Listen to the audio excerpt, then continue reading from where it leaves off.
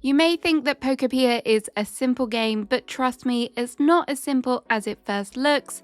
And today I'm going to share with you some of the things I wish I knew going into the game, and also some tips and tricks to help get you started in this wonderful new Pokemon world. Don't forget to like and also subscribe for more, but let's get started. As always, you will start with character customization. Do not worry though if you don't like any of the options here, as there are more to find in the world, including Misty's hair. I love this one. You can also use the mirror to change your appearance. You will find one of these through exploration in the world, and you can pick it up, take it home if you want to, or just return back to where it's located. One thing I wish I knew earlier was for sure about text speed. I am a sucker for not reading dialogue if it's not quick enough. So as soon as you get your Pokedex in the beginning, then you will want to head over to your settings, and here is a bunch of useful things, including being able to adapt the text speed. There are some control options, and if you want to, you can turn off the rumble on your Joy-Cons. Is it me, or is the switch to rumble a lot more intense? So before setting out on your journey, I would recommend just having a quick look here, see if there's anything that you can adjust to suit your needs. I next want to delve into your inventory, crafting and storage, because frankly, there are a lot of items in this world, so it's very easy to start drowning in them if you're not careful. Your pocket space in the game is initially very small, so I do recommend purchasing the option to upgrade your backpack as soon as possible. Backpack upgrades are available to us pretty early on in the shop. Once you have completed the beginner tutorial, you can head over to your PC, go to the shop and buy the Packing Tips Rookie. This will upgrade your pocket space. In the future, you'll be able to purchase further expansions for your inventory as you unlock other areas and upgrade their environments. At present, I have purchased the second expansion for my pockets from the Bleak Beach. This cost me 500 coins and the environment had to be level 2. Now I have 2 full pages of pockets, which is great. You can also purchase the handy bag, which will allow you to have a hotbar for quick access. I like that you can choose to display this permanently or not. It is an option in your inventory. When it comes to decorating, I think this option will be really handy so you can quickly flip between different blocks. From the get-go, I was really happy to see multi-crafting in the game, but my hopes were a little bit dashed when I realized you can't immediately craft directly from storage. However, there is a way to do it if you know how.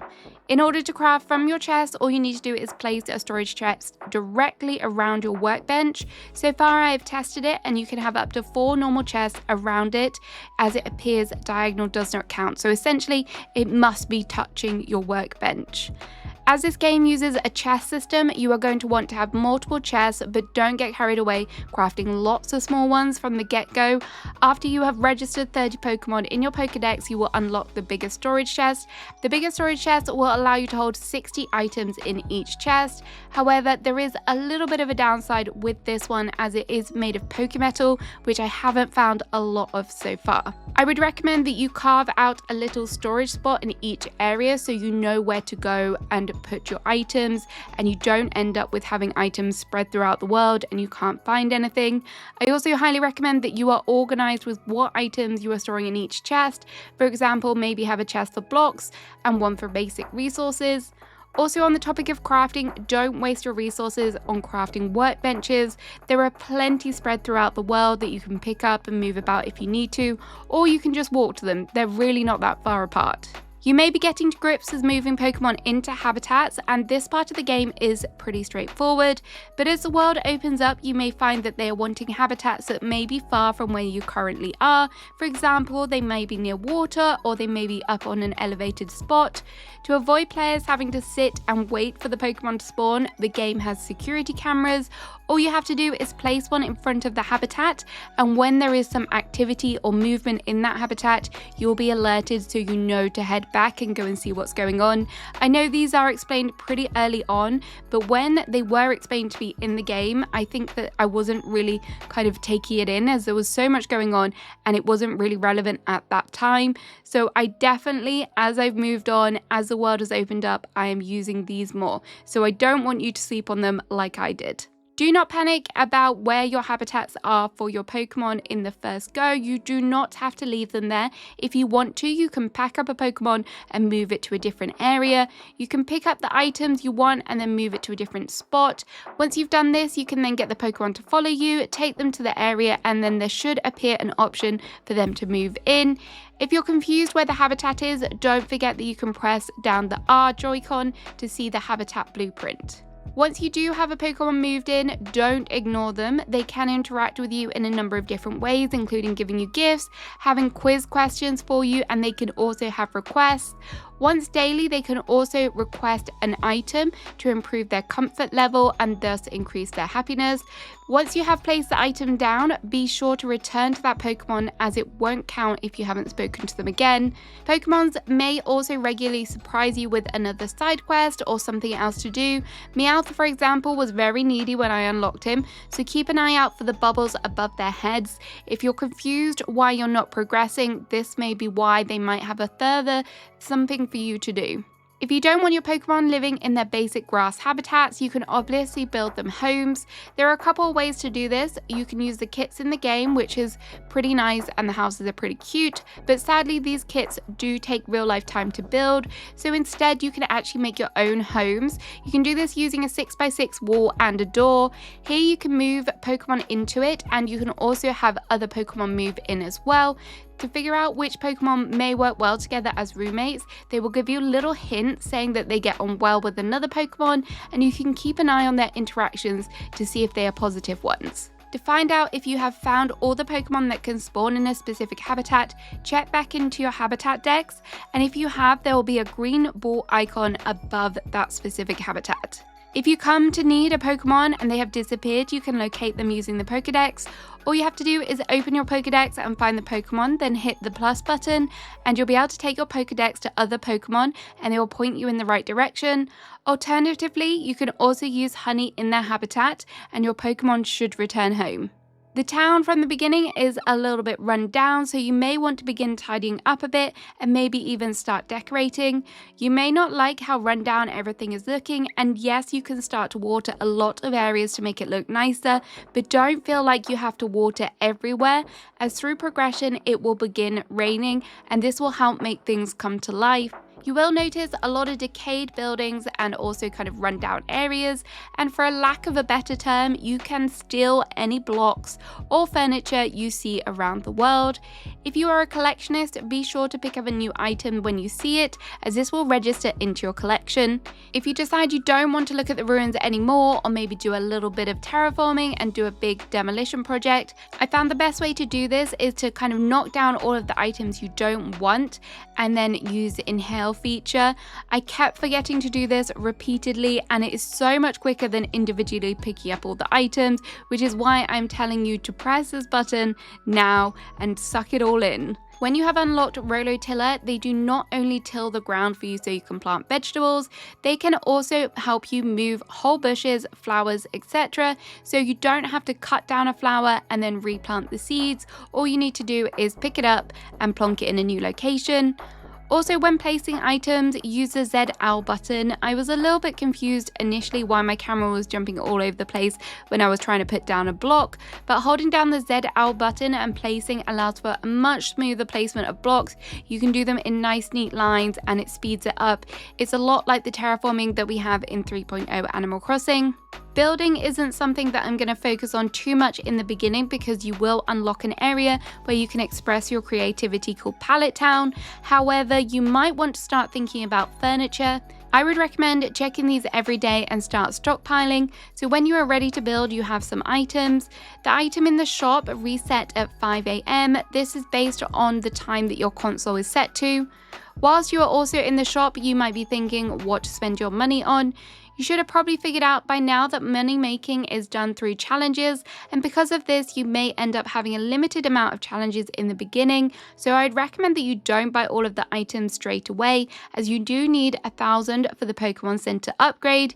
Yes, I did make that mistake and had to grind through some challenges, but aside from your backpack expansions, I also recommend purchasing the PP up in the shop and also recipes, as you may want to craft more items to help towards other challenges. PP up will help help your stamina bar. Your stamina will be consumed when you do the different abilities in the game, and purchasing this item will help expand your stamina bar. Just like the backpack upgrades, the different PCs will also have further upgrades available for you when you get there.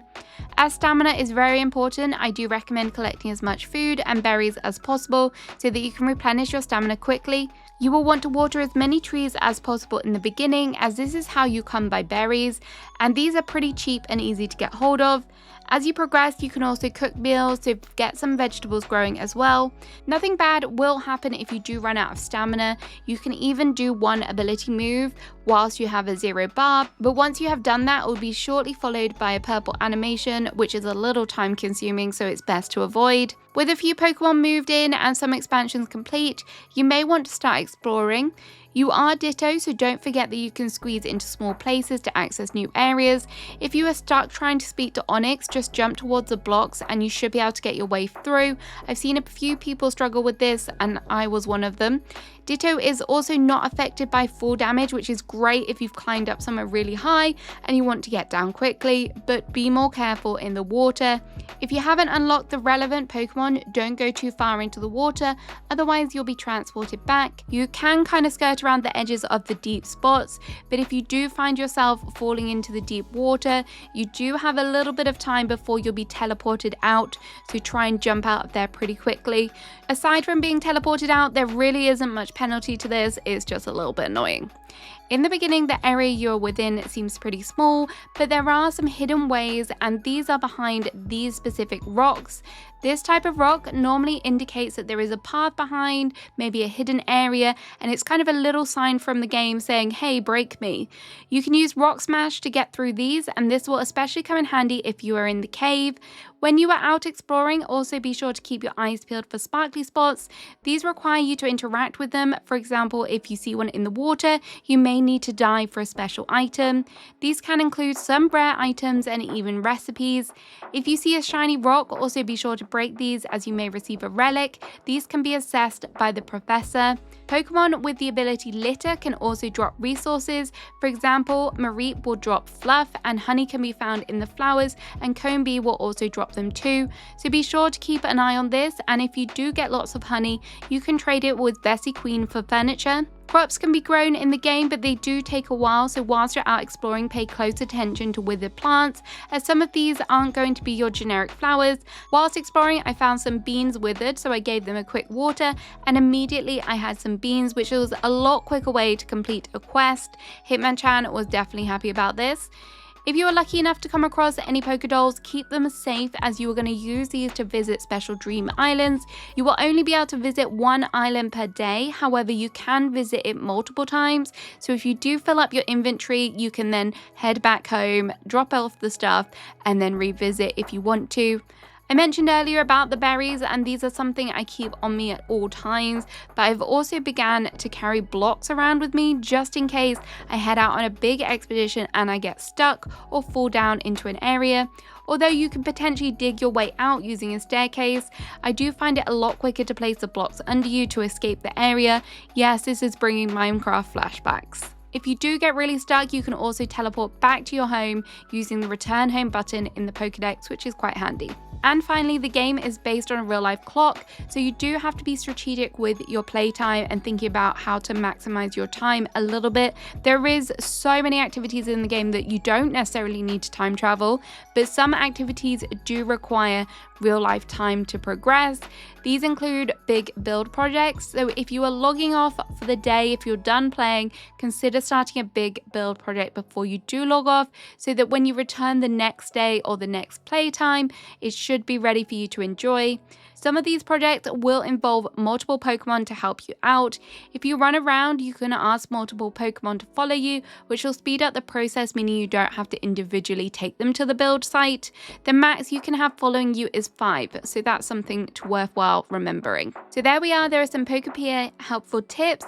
I hope you found them helpful. Don't forget to like and also subscribe, and let me know in the comments what thing you would like to have known going into the game. Have a great rest of your day. Happy playing. Bye bye.